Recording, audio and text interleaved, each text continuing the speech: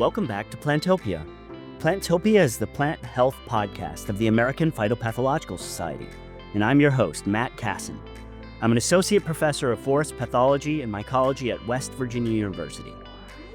The views and opinions expressed by our guests are their own and do not necessarily reflect the views of the host, the American Phytopathological Society, or any affiliated entity. This is the third episode of 2026, and today I'm excited to welcome DC lobbyist Madeline Wade, partner and founder of Bermuda Group, a strategic consulting firm that partners with a diverse group of clients that includes nonprofits, startups, trade associations, and Fortune 100 companies across virtually every sector. Madeline holds a BA in political science from Wake Forest University and a minor in environmental studies. She also holds a master's in public policy from Duke University. In 2019, Madeline was selected to participate in a prestigious 6-month fellowship through the Clean Energy Leadership Institute, which served as a professional development program for mid-career leaders in the clean energy sector based on leadership potential. Madeline previously served as Special Projects Director under U.S. Representative Greg Walden from Oregon from 2012 to 2014, a manager of political affairs for the Political Action Committee of MPA, the Association of Magazine Media, from 2014 to 2015. And prior to starting Bermuda Group, she served as vice president and co-chair of Signal Outdoors, helping develop and lead client initiatives on climate, sustainability, and conservation issues. She had previously held managerial and senior associate positions at Signal Group, working her way up to VP and co-chair. Madeline, thanks for joining us. Thanks. I'm excited to be here. Now, you're a little atypical in terms of the kinds of guests we bring on here, but that's why I'm really excited to talk to you today. You're currently partner and founder of the Bermuda Group in Washington, D.C. That's a lobbyist group, correct? Yes, it is. Could you tell us a little bit more about what you do at the Bermuda Group there in D.C.? Absolutely. I can tell you about Bermuda Group and hopefully make APS members realize that lobbyist is not necessarily a dirty word. So Bermuda Group is a lobbying firm based in DC, although we have coworkers across the country. And we work with multiple clients. I specifically work primarily in the conservation, environmental, forestry, and agricultural space, representing clients in nonprofits, professional societies, companies, trade associations, and local governments, representing their interests on Capitol Hill and the administration. And just from what a lobbyist does, I think there are a lot of connotations, some correct, some not. But most organizations do have representation in DC or a lobbyist. And so they might have an in-house lobbyist, meaning that person works within the organization, and or they work with an organization like Bermuda Group to represent them. And we see ourselves as educators or liaison with staff or elected officials. So if you think about it, just taking a big step back, Capitol Hill staff and administration officials have a lot going on. A Capitol Hill staffer might cover everything from transportation to housing to environment to federal funding. And if you think about those buckets, there's a lot in between there. So a lobbyist's job is to connect the dots between what the organization they're working with cares about and what a member of Congress cares about, whether how it's impacting their constituents or the committees they're on or just personal interests. And because of that, we're breaking through the noise. We're helping get these subject matter experts in front of the decision makers and playing that liaison between the subject matter expert, in this case, this would be APS, and the member of Congress who cares about agricultural research. So it's a lot of just breaking through, using relationships and information that they're going to care about to get in front of them. Thank you for that explanation. One of my own perceptions of lobbyists is that there was probably a lot of room for conflicts of interest. If you're representing a nonprofit conservation group, you're probably not going to represent a group that's against the interest of that group. Exactly. We have a very strict conflict process, and we always say we don't want to be, the worst thing you could do is be talking to the same member of Congress about two sides of an issue. And I will just say, to the point about strong alignment, I started lobbying back in 2017. And at the time, I worked for the only lobbying firm in town that was working on climate change policy. It doesn't seem that long ago, but at the time, it felt crazy for a company to pay to lobby on behalf of climate action. And now, so many of them are doing that. But we've slowly built up a portfolio, different ways of talking about climate action, and all of the tangential issues over the last nearly 10 years. Now, let's go back a little bit. You earned your Bachelor's of Arts in Political Science, but minoring in Environmental Studies from Wake Forest University, and hold a Master's in Public Policy from Duke University, both of which are in North Carolina. Are you from North Carolina? Why North Carolina? It's a great question. So I'm actually from Florida, and my very top choice as a junior in high school was Amherst College. And my parents brilliantly took me there in February, and I said, absolutely not. It's a wonderful school, but I could not do that cold. So North Carolina was about as cold as I would get at the time, and absolutely loved it. Loved it enough to go back for grad school. I thought I would end up there, but I can't seem to leave DC. I understand geographically why you picked where you did because you're cold sensitive. But was there always an interest in political science and public policy? Tell me a little bit more about that. Yeah, absolutely. So I was always fascinated by the impacts that public policy has on our life, whether we realize it or not. Policy impacts everything that we do, what we're able to do, and how we do it. So I was really interested in being engaged in that process and having a hand in how that policy impacts the world that we live in. And then from an environmental perspective, with my minor being in environmental studies and then going back to Duke for environmental policy, it was just, especially growing up in Florida, just so integrated into our everyday lives. I grew up on a state park. We were really impacted by hurricanes and extreme weather. And so that was just, it felt natural to combine public policy and the role of environment, both how we shape it and how it shapes us, into what I did next. What state park did you grow up near? Wekiva State Park. Where is that specifically? That is slightly north of Central Florida, so Orlando. Oh, okay. So I have great stories about alligators in our backyard, black bears scratching on our trampolines. It was, for being 10 minutes from Orlando, Florida, quite a wild ride. I see the connection now growing up in Florida, but close to development, but also in nature. It seems like the environmental studies minor really set in motion you to move into the space of energy, environment, and sustainability issues. Seems like you further enhanced that as well at Duke because you said you were specifically looking at public policy and the environment. Exactly. Okay, awesome. In addition to your formal education, you also served as a Clean Energy Leadership Institute Fellow for 6 months in 2019. This seemed like a really awesome opportunity to enhance or refine your leadership approaches but also understanding the contemporary like energy justice issues and principles.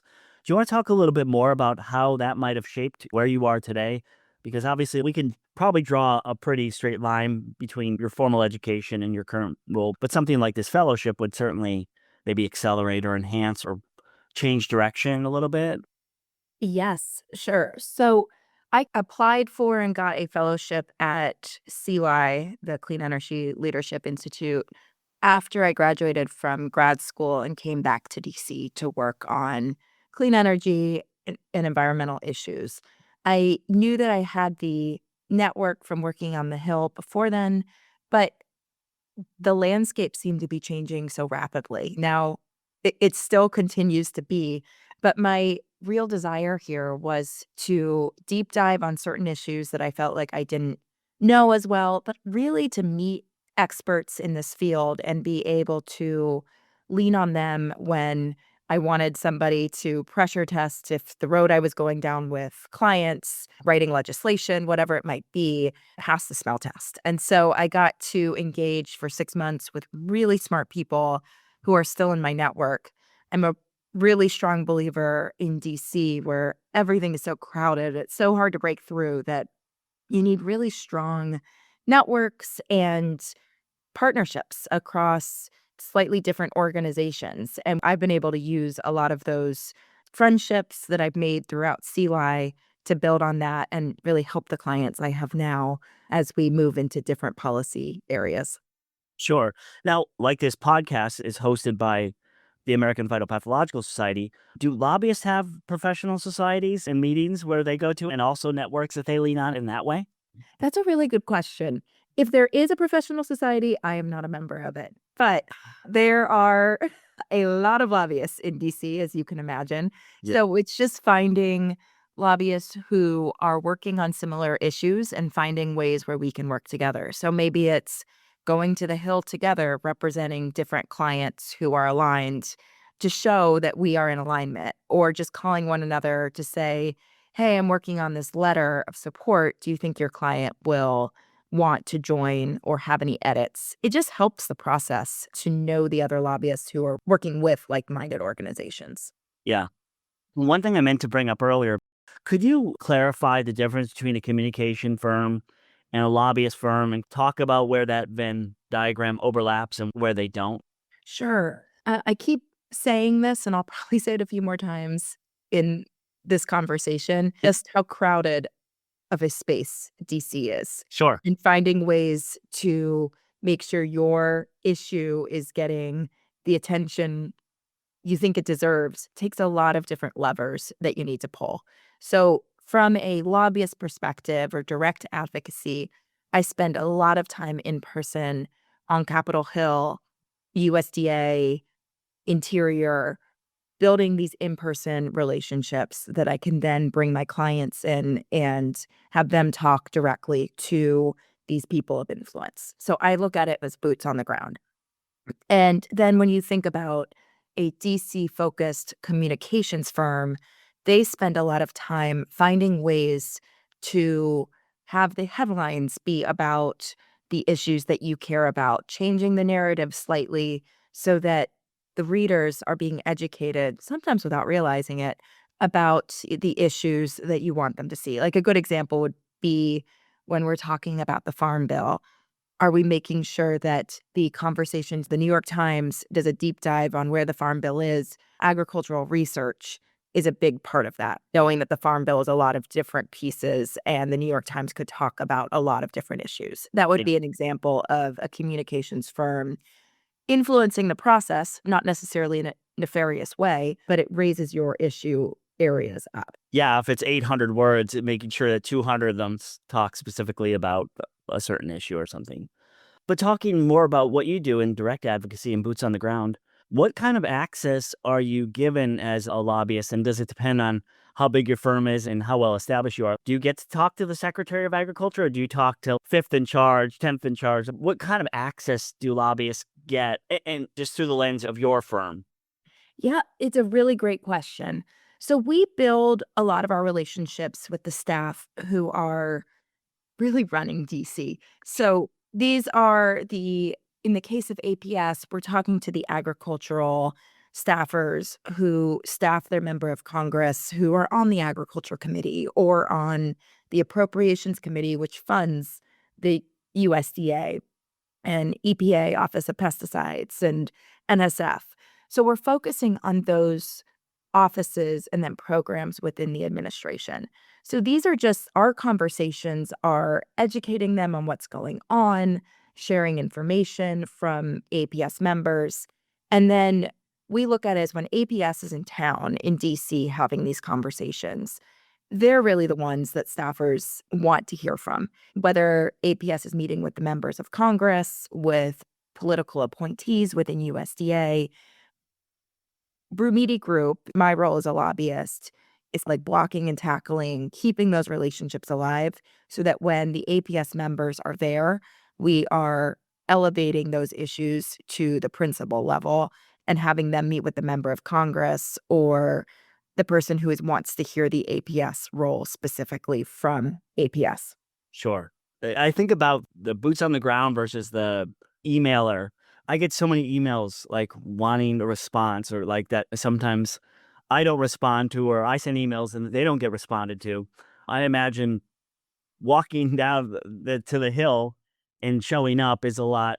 You're able to get an answer better than sending an email in a crowded space where there's thousands of emails probably coming through, and staffers, people that work under staffers are just trying to screen through them and figure out which ones are relevant and which ones are not. Exactly, and also knowing what matters to them. They might not care about a specific priority of APS's, but if we know that a bill is going to be voted on in the next few weeks, then they are a lot more likely to wanna hear APS's perspective to help them influence how they vote on the bill. So, it's also a lot of figuring out what is important and when, so that we're getting that information when it's going to be best received. Yeah. And we'll jump into your role with APS here in just a moment. But Right. I want to first talk about where you got some of your experience working on the Hill. You worked for U.S. Representative Greg Walden, a Republican from Oregon from 2012 to 2014. Can you talk about the work you did in this role and how it prepared you for your job now? Absolutely, it was a really pivotal role for me. Greg Walden was a moderate Republican in Oregon. He was chair of the very influential Energy and Commerce Committee, which has jurisdiction over EPA, the Environmental Protection Administration, Health and Human Services, and a lot of other agencies. So, because of that, there were a lot of organizations and companies who were coming in to meet with me and the office to influence the decisions that Greg Walden was making, my boss. And so because of that, I met with a lot of different stakeholders who were pitching what they wanted. I got to see what worked, what didn't, but I also got to really understand how you break through and how you connect the dots between what matters to the member of Congress and their district and what is most impactful. At the time, too, it was a really interesting time to work there. It was the beginning of the Tea Party movement. It was one of the first long shutdowns, which now was not so long. Right. And I spent a lot of time with my boss trying to figure out how do we talk about environmental issues in a way that is not partisan. So if a Republican had a district that was focused on geothermal, let's go talk about how we move the needle on geothermal. You don't necessarily need to talk about climate change. So there were just a lot of interesting conversations that we were having with other members of Congress as well as with stakeholders to change the way that we look at different policy issues. Yeah. I would imagine watching people succeed and partially succeed and maybe fail at pitching you to pitch Representative Walden taught you a lot about how to pitch. So, like, Exactly. you are more successful as a lobbyist because you were sitting on the other side of the desk, listening to lobbyists and other people trying to curry influence in that. Yes, precisely. Enough of those meetings or you're in enough of those meetings and you know what works and what doesn't work. Any other lessons you took away from that experience? It sounds like you had a really formative and educational experience for you. It prepared me for working in a firm with multiple clients because we're dealing with so many different issues all the time. I feel like I get to do a version of that in my job now where it's never the same day to day.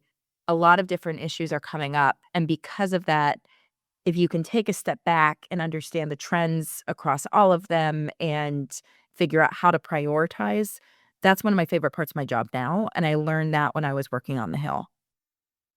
And is part of your job realizing that there's similarities in the types of priorities and possible actions to be taken by multiple clients and helping align them so that they have a stronger voice because collectively they could achieve something where as individual organizations they cannot.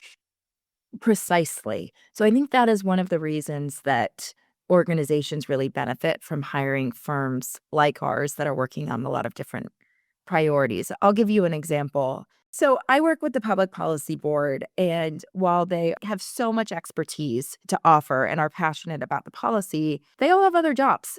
So asking them to come to DC and advocate on behalf of APS, that's a big commitment. So I will speak on behalf of them in the issue areas that we have established that we care about, like the Farm Bill, like the appropriations process. But working with other clients, for example, there is a big forestry bill that is being considered in the Senate. And this is wildfire mitigation, but there's a piece of this that's focused on invasive species, seedling supply chain, in an area where APS can play a role and be a subject matter expert. Because I'm wearing different hats, I might not have used up PPB's time to go talk about this wildfire mitigation forestry bill. But because I was doing that on behalf of another client, I understand the impacts to APS and can bring in APS in a very targeted fashion to speak on that section of a bill. And then we can go back to prioritizing farm bill advocacy, just as an example. Right. So they'll come to you with their priorities, and APS has a nice list of policy priorities on their website, including federal funding for research programs and building out plant pathology and microbe workforce, among other things, ag biosecurity.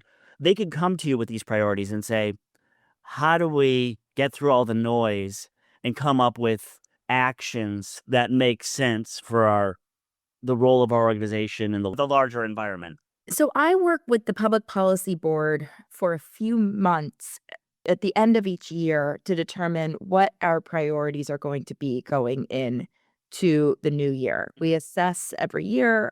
Most of them stay the same. Like funding is always going to be on that list of priorities.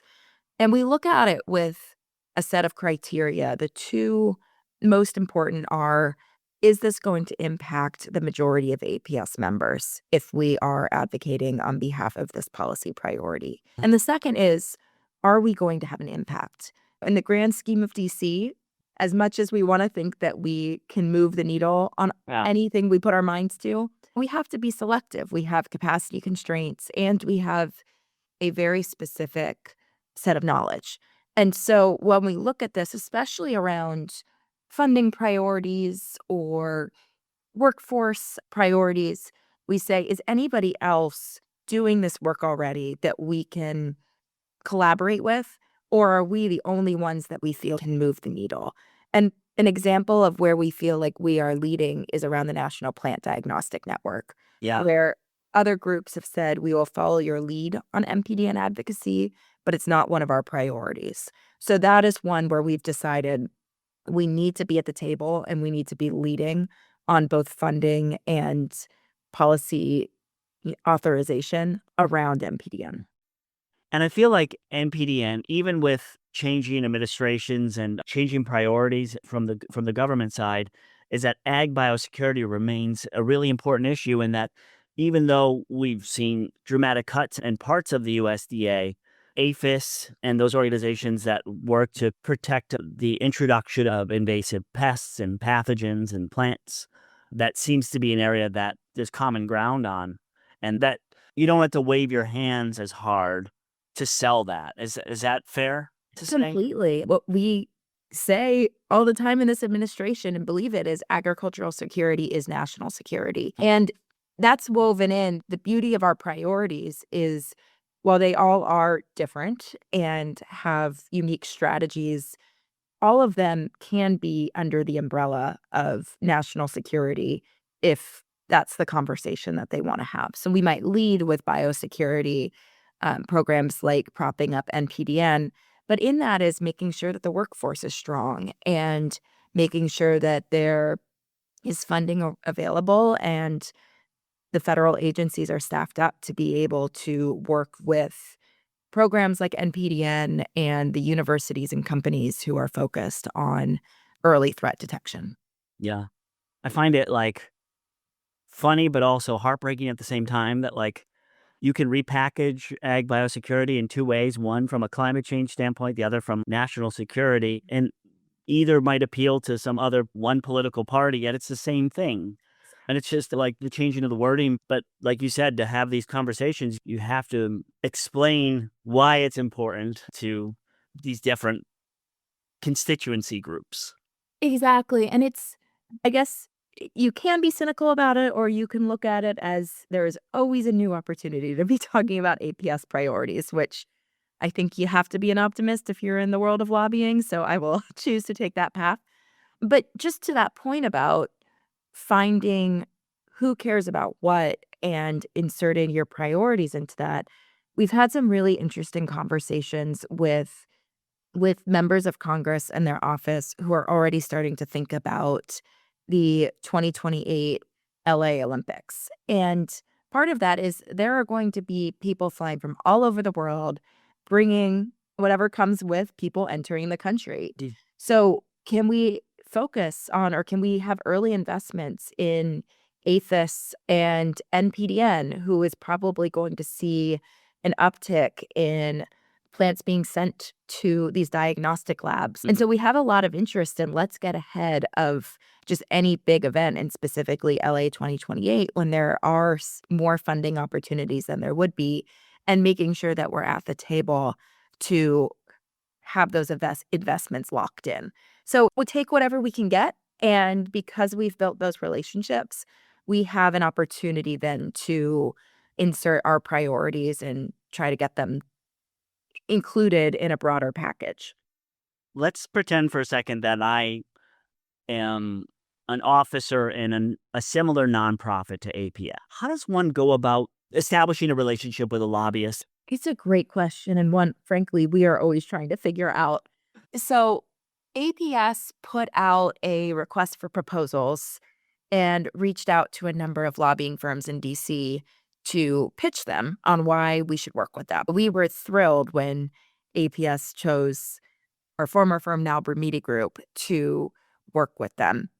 So I think requests for proposals are pretty common. I Okay. know it's referral based. You really just have to mesh not only on the issues that the lobbyist works with, but also just the personalities. Like, these are partners we consider at Bermuda Group, the clients that we work with, like true partners. And we want to get to know everything about the organization, be in internal meetings. So you want to make sure that you think that the lobbyist that you are going to be working with is going to really believe in your organization and get it. Yeah.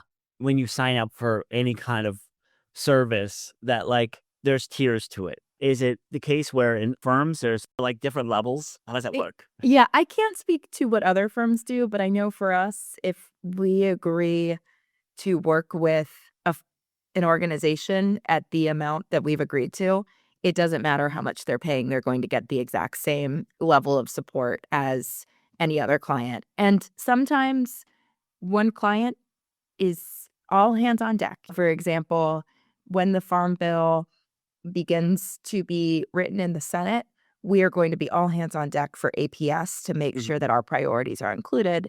And some months are a little bit quieter and the focus is elsewhere. But for the most part, we are working every day at the same level for all of our clients. Is it typical for you to have two or more clients that are similar types of the same kind of professional organization? It can be. I don't, in this case, in those specific societies. I think as long as it's not a conflict of interest, it is very likely that a lobbyist could have multiple clients in that same field. I will say, though, that I work very closely with the lobbyists and government affairs officials who work within these organizations on policies that impact all of us. So we're on calls together every few months talking about letters that we can support, initiatives where we can go into the Hill together. So there's a lot of collaboration. And in a world where these general funding requests benefit everybody, there's really no competition. We're just trying to make sure that science is funded and there is enough staffing in place to be able to administer these funds and push forward the policies that we care about. Yeah. To me, it feels like in academia, we use the term double dip. Like where you get, when you're writing up your annual report, you're like, I get credit for service and teaching on this. But it would make sense to try to get multiple clients that are like really pushing for the farm bill because you can double dip on some of it. Yes, you have to make sure you're giving individual time and representation to them, but it's not like you can't give them representation concurrently. So it's just something to think about, but at the same time, it's like you need to take on the workload that your firm can handle without overburdening yourself so that you're properly representing the clients you have. So I mentioned that like at least 3 of the policy priorities, the federal funding, the workforce, ag biosecurity. scientific integrity and innovation. It looks like some of these are newer, and it sounds like you're working on even the one-page sheet write-ups and things like that. Are you in charge of putting those, like, write-ups together? Yes, Remedi Group is, and then we run it by the Public Policy Board to make sure that they are all good with the language. A lot of times they have excellent edits to add to it. And then we share that not only with APS members, but with the Hill and the administration. It's a good high level overview of what we care about and why. Yeah. So, on the scientific integrity and innovation, this is a little bit of a catch all for issues that we really care about. We've noticed that there have been a lot of questions recently when we're on the Hill about scientific integrity, not necessarily pro or against, but just questions. They're reading what's in the news and have APS members in front of them and ask a lot of questions about what goes into peer reviewed journals and why do you submit for journals? So that's just one example. We are working on getting APS journals reinstated at USDA. That's another example. We've had some conversations with USDA political appointees around implementing AI models, and we are very focused on the inputs that go into them and making sure that we are aligned on what kind of research and modeling is helping influence these AI outputs. And then there are some other questions around patent regulation. So a lot is popping up in this space, and we are always working on processes in place to make sure that we are getting inputs from as many APS members as possible who work in this space that then help determine how we respond. And not everything we respond to, especially at the beginning of last year, we were trying to be very conscientious of what do we lend APS's name to so that when we are signing on to a letter, this is what the majority of APS members are back to the criteria. This is what the majority of APS members care about. And we're going to have an impact by signing on to a letter of support for whatever it might be. So we take that really seriously. We have when we go through all our policy priorities, we bucket it into lead, support, monitor. And so we try to be very thoughtful around where we are leading, which is all of these 4 policy priorities: federal funding, building out our workforce, ag biosecurity, and scientific integrity and innovation. And then within that, we are supporting a lot of our partners like APLU, ESA, WSSA, and we are likely always going to support them where it's aligned. And then there are others in the monitor where we think it's an issue could pop up and we are going to be ready for it. But at the time, we don't feel like we are going to have as much impact as we think we should to move it over into our support or lead buckets. Yeah. It sounds like a little bit when you're talking about, like, decisions of when to put APS's name behind and not. That's a little bit of what we might call brand management. Yes. And, like, on that note, under APS's own website, under their public policy action, they co-signed a letter along with 50 other organizations requesting $1.87 billion for the USDA ARS salaries and expenses in fiscal year 2027, representing a 5% increase over the fiscal year 2026 enacted level. So that's one where they felt strong about it. They put their name on it. There was all these other nonprofit organizations that aligned with them, and that was an action that your firm helped to push forward, correct? Yeah, we worked with the Public Policy Board to determine that was a letter that we wanted to sign on to and support. And we don't just sign on to the letters. When we're on the Hill, we're talking about why this is so important. In this example for ARS, asking for nearly $2 billion for fiscal year 2027.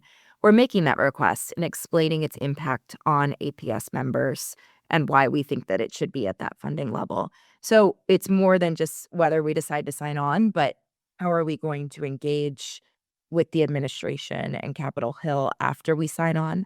And this is a letter that we have a similar letter that we support every year, where we feel like there are a lot of really good organizations pushing for ARS funding. And so while we're supportive in our individual meetings, it's an area where we feel like lending our name is really helpful. We don't necessarily need to be writing our own letter just from APS on ARS funding when we can support a coalition letter like this.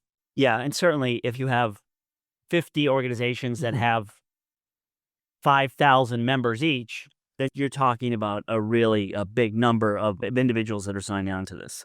The other thing I like about the letter in APS, how it aligns with APS's policy priorities, is it hits all of them.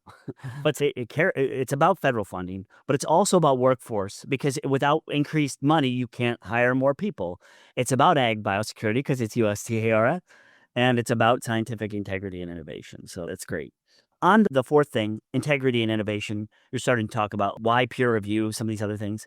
This is probably something that comes up more with institutions rather than nonprofits like APS, but as APS is made up of a number of academics that are representing different institutions, is like explaining overhead in grants like part of what lobbyists help to do, because I think about all the pushback when they're like 60% overhead, but they don't realize that's 60% of the direct cost, which is not 30% of the grant. So is part of what lobbyists do is help explain what overhead is and why it matters? Completely. We've spent a lot of time talking about indirect costs and the importance of this.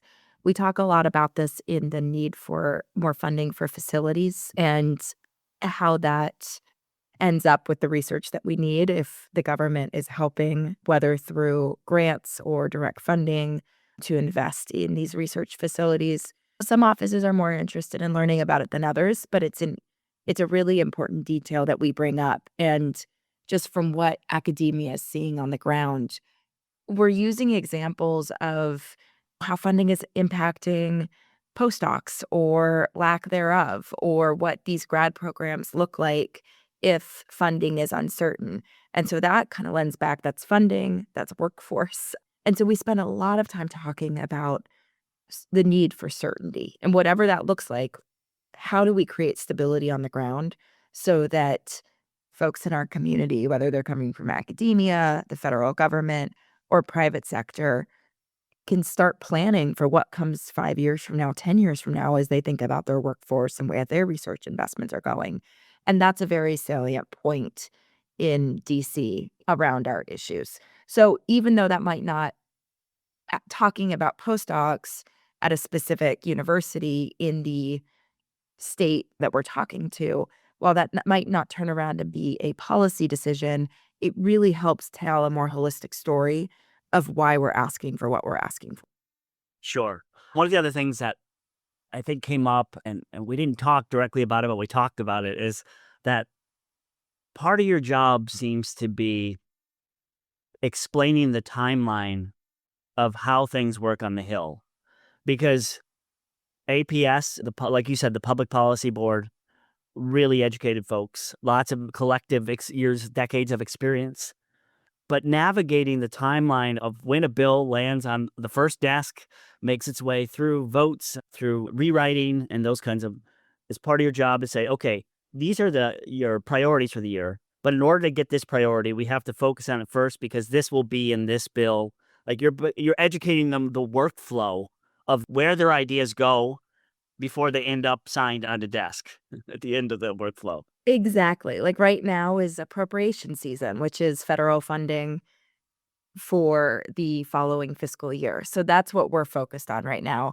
I wouldn't say that DC is totally predictable, so we can't really rely on different seasons, but we do know that the first and second quarter of every year is going to be focused on appropriations, so we can put our focus there.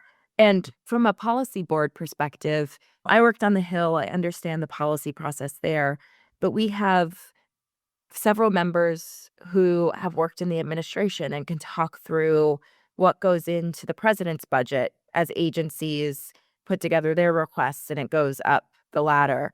So it's really helpful to be able to compare notes there and help figure out the perspective of agencies as we're putting in our requests to them. The PPP members can say, this is how it worked when I was within NIFA, for example. And that helps influence our strategy. Yeah.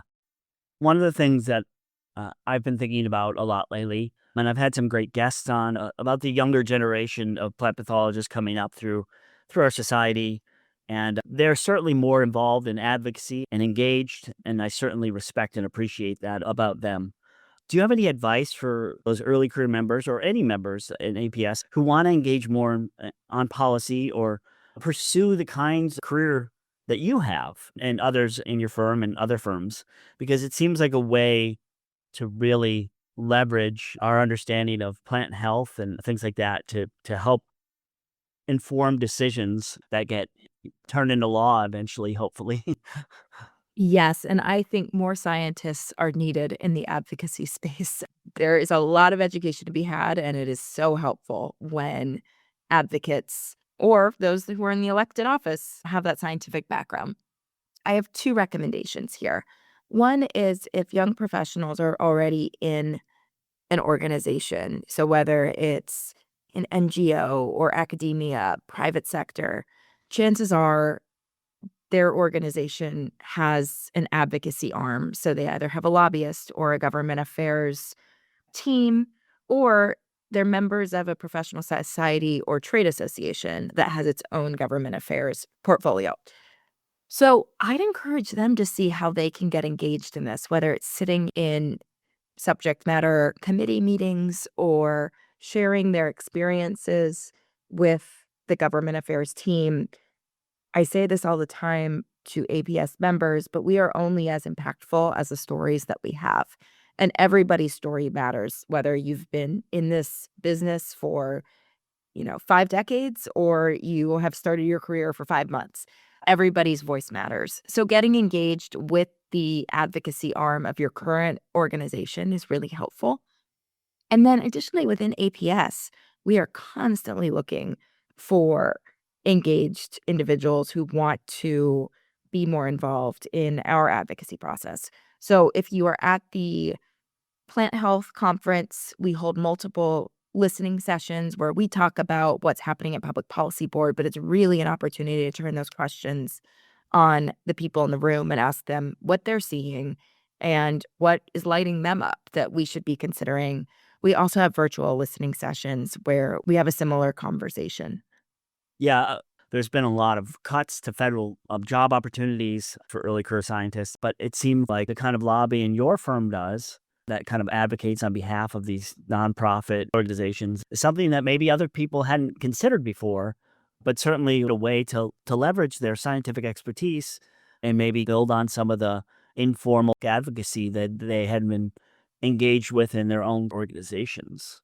Yes, I would love to talk to any of them who are interested. It's really fun. I think it's a little overlooked, but like I said, we need more engaged scientists. And I know a lot of APS members would be fantastic in a role like this.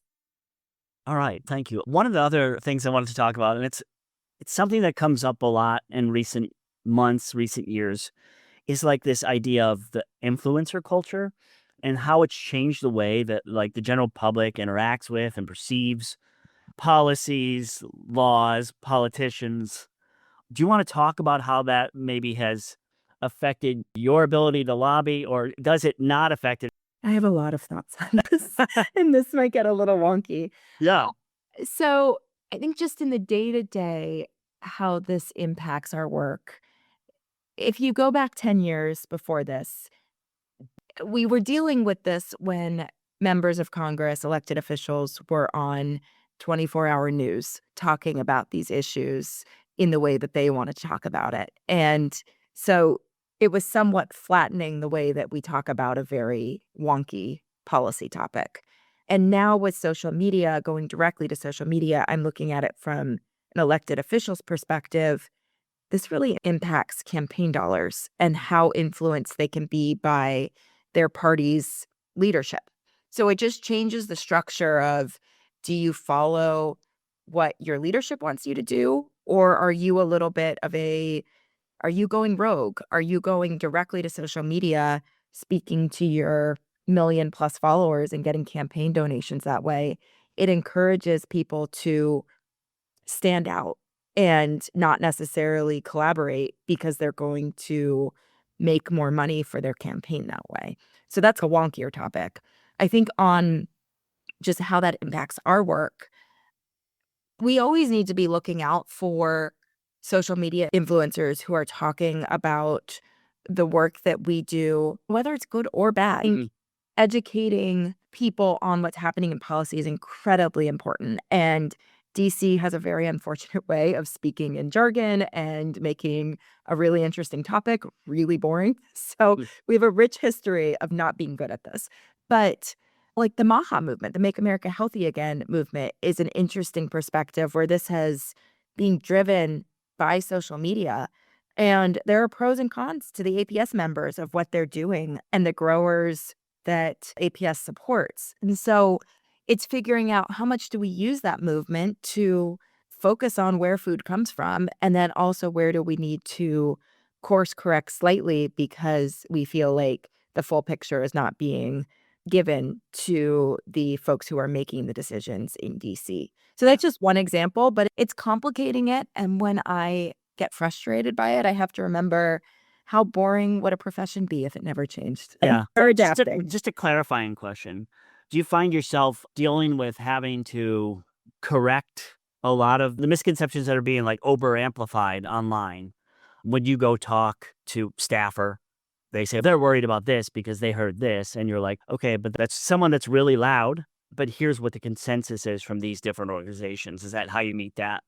Yes, we do that. We spend a lot of time talking to the committees who have jurisdiction over the bills that are being written and introduced. And they usually are good at ground truthing what is a passing movement on social media versus what isn't, and being able to thread that needle because they are really smart in the issues that they work on if they work on the committees. So in that sense, we're able to say, this is how APS members view this. And frankly, across APS, maybe there are slightly different opinions, but we're able to share that and explain why. So it's just making sure that we're at the table, even if we don't agree with where a policy is going. I think what's most important is that we are at the table being asked what we think about these issues so that we're able to influence along the way. The worst thing that can happen is that policy is in movement and we have not had our voice heard as it's being considered to be passed. Madeline, this has been really informative. I've learned a lot. And I think my misconceptions about what you do and how you do your work have been remedied. I feel like I understand your role and how you're helping APS get their message across. So certainly I appreciate your time today. Thank you. This has been wonderful. Thanks so much. You've just heard from DC lobbyist Madeline Wade, partner and founder of Brumidi Group. Be sure to check out the show notes for links to Madeline's Brumidi Group profile, as well as a link to her LinkedIn account. Here you can also find a link to APS's Public Policy Board's webpage, which includes detailed policy priorities as well as actions taken by APS. I'm Matt Casson, host of Plantopia. As always, thanks for listening.